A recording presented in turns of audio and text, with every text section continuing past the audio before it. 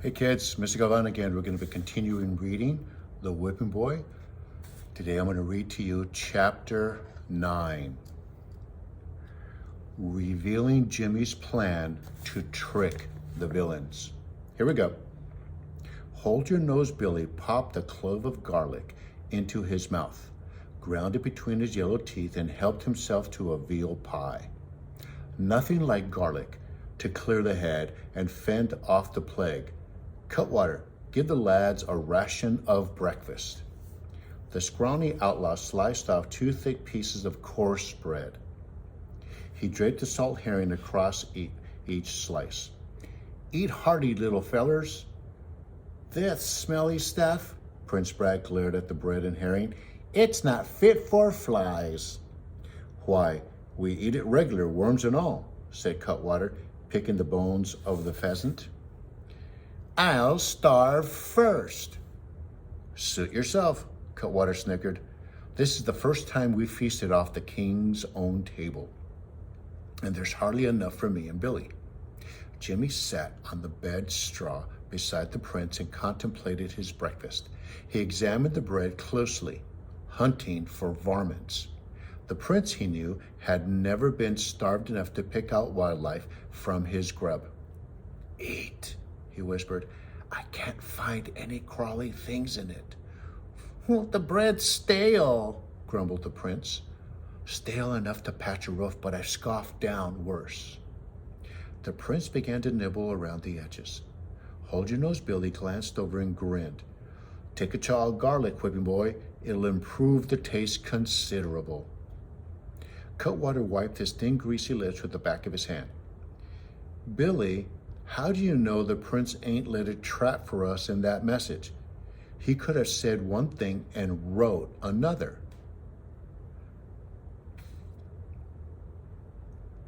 Where will we find someone to read it off to us? Jimmy lifted his chin to a regal height. You doubt the word and honor of your prince? Insolent oafs, curs, I'll have you horsewhipped. Cutwater yanked Jimmy to his feet. Who you calling them names? I'll flog your hide pink as the salmon. Hold your nose, Billy pushed him aside. Keep your wits. It's worse than common murder to lay hands on a prince. No need to break any more of the king's laws than we have to. If it comes to a flogging, there's his whipping boy. The prince's eyes widened and his face blanched white. The prospect of taking a whipping himself had never occurred to him. Oh, but, sir, it wasn't me who called you names. Cutwater gave a sudden cackle. Sir, it is now. That's more like it. But tell the prince here to keep a civil tongue inside of his head.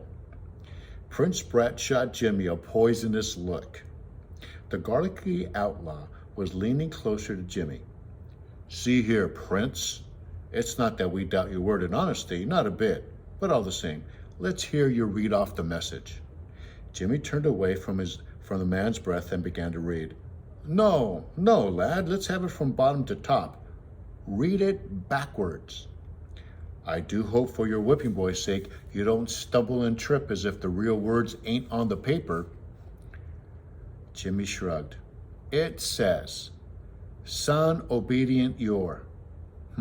Your obedient son, said Hold Your Nose, Billy. Keep at it.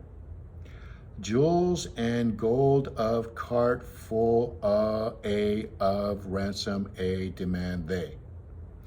They demand a ransom of a cart of full. The outlaw himself began to stumble over and trip over the words. Aye, that's the ticket. Jimmy read the message through backward, and then a second time before the hairy outlaw was satisfied. Now then, he said, all we got to do is get the message to the king without getting nabbed in the act. Simple, declared Jimmy.